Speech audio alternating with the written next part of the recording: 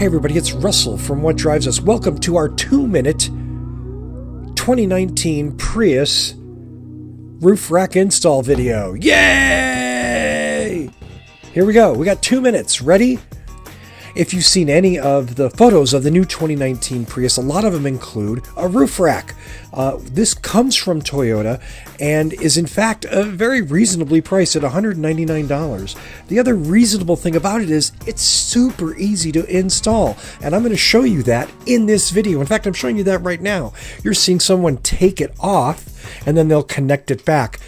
This is done via two tools, which Toyota includes with the purchase. One tool takes off the protective cover, which helps reduce the chance of it being stolen and also makes it look nice. So there's a little plastic key that unlocks it.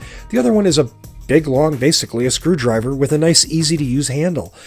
You tighten that down, there's a registration pin that goes in the door frame, and you're done.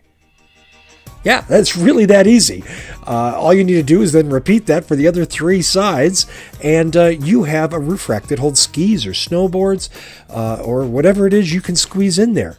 So, more utility for the all-wheel drive E 2019 Prius. And it's utility you get in less than 2 minutes. Thanks for watching. Until the next time, drive safe.